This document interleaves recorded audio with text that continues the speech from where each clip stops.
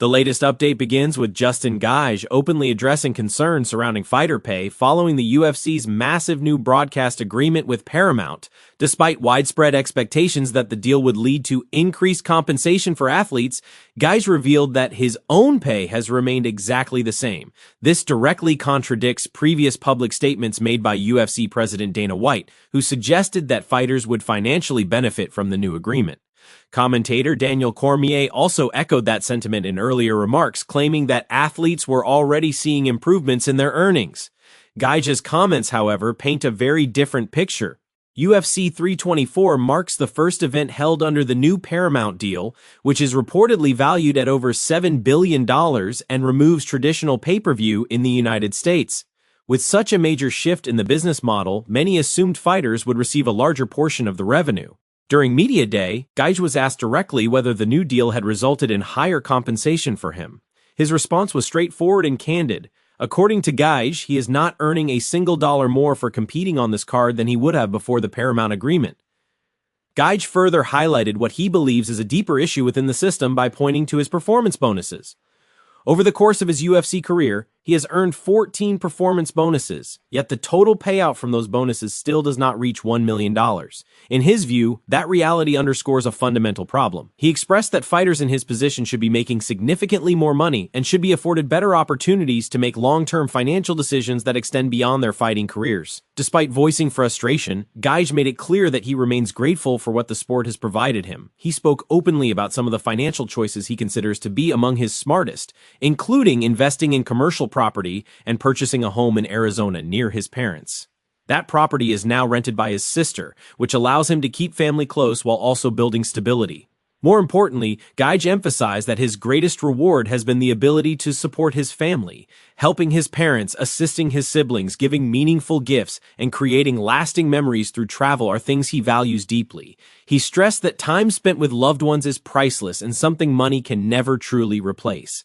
His comments have reignited ongoing discussions about fighter pay and whether athletes will genuinely benefit from the UFC's increasingly lucrative media deals moving forward. Shifting focus to the middleweight division, Israel Adesanya has made it clear that he is not particularly impressed with the current state of the weight class.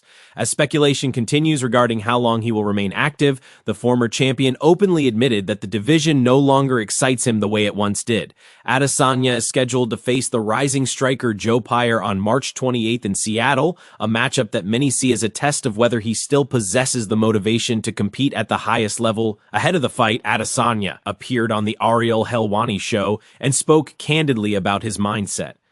When asked about his motivation and whether another title run is a priority, Adesanya explained that while he remains confident in his abilities, the middleweight division feels very different compared to the era when he was dominating it. He acknowledged that fans enjoyed watching him as champion, but emphasized that chasing the belt is no longer his main focus.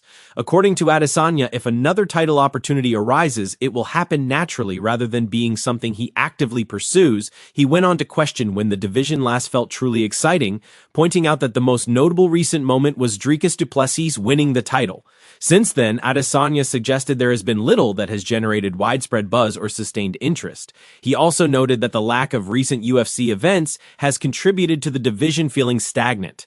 Many fans appear to share that sentiment, especially when reflecting on Adesanya's own rise, which featured elite striking performances and a high-profile rivalry with Alex Pereira. That period set a standard that the current landscape has struggled to match. Adesanya was also asked about the possibility of competing on the rumored White House UFC card. While he did not completely rule out the idea, he made it clear that he would rather fight in front of genuine MMA fans than a crowd dominated by political figures who may not truly care about the sport. He emphasized that fans deserve the opportunity to experience the fights live and be part of the atmosphere. If Adesanya defeats Joe Pyre, questions remain about whether the UFC will include him on that historic card, and whether such a move could reignite interest in the middleweight division.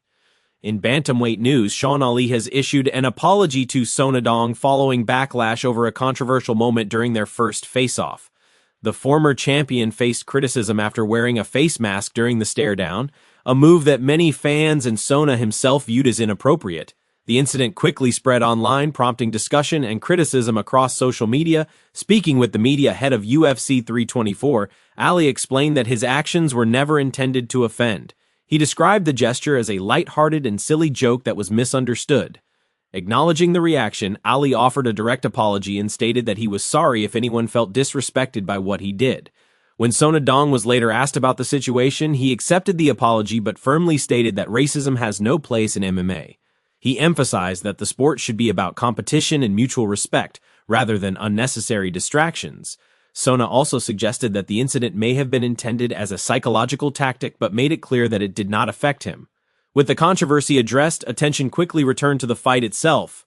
When asked about his plans if he wins, Ali immediately called for a high-profile rematch with Peter Yan.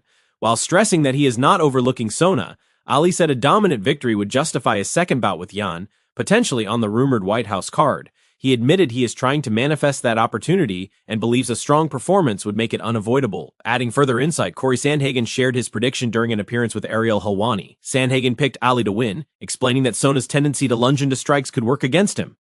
He noted that Ali's length, movement, and striking style make him difficult to reach, and unless Sona changes his approach or turns the fight into a gritty exchange, it could be a difficult night for him. Elsewhere, Michael Chandler has reacted to recent comments from Dana White that appear to shut down any possibility of a long-anticipated fight with Conor McGregor.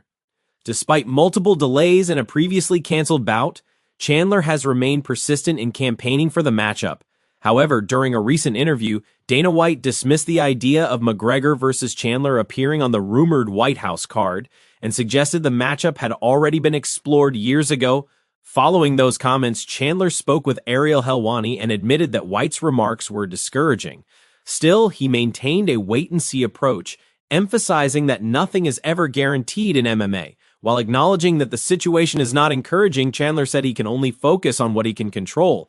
When asked whether he might still be McGregor's preferred opponent, Chandler expressed confidence in McGregor's character. He stated that McGregor is more of a man of his word than many people believe, and that he genuinely wants to honor their ultimate fighter commitment. Chandler admitted he currently has no backup plan. He explained that until the McGregor fight is completely off the table, Plan A remains the only plan. As of now, he continues to structure his training and preparation around the possibility of a major fight, keeping hope alive even as the odds appear slimmer. Chandler also expressed interest in a potential wrestling matchup with Arman Tsarukyan. When asked about the idea, he did not dismiss it, stating that while his primary focus remains securing a major UFC bout, he would be open to testing himself in a pure grappling contest. He suggested that fans should not be surprised if a promotion attempts to make the matchup happen, especially given the growing popularity of specialty grappling events. Attention then turned back to Justin Gaige and Paddy Pimblett following the circulation of a photo showing what appeared to be a staph infection on Gaige's neck. The image sparked concern among fans, as such infections can be serious. When Pimblett was asked about the situation, he dismissed it entirely. He stated that whether Gaige has an infection or not makes no difference to him and that his goal remains the same, to go in and finish the fight. Pimblett added that fighters in his gym have competed with similar issues and still performed well. He joked that if he wins, critics will likely use the infection as an excuse rather than giving him credit. Further speculation followed after another image surfaced showing Gaige with a bandage on his neck, fueling even more debate ahead of the fight. Finally, the MMA community reacted strongly to new photos showing Paddy Pimblett's dramatic physical transformation ahead of UFC 324. Known for extreme weight fluctuations, Pimblett once again shocked fans by appearing shredded just days before the fight. Social media quickly filled with reactions, ranging from jokes to genuine praise. Many fans expressed amazement at how quickly he shed weight, with some calling his transformation unbelievable. As anticipation builds, fans are now debating whether Pimblett's physical condition will translate into success or whether Justin Gaige will prove too much on fight night. With questions surrounding pay, motivation, controversy, and preparation, UFC 324 has become one of the most talked about events in recent memory.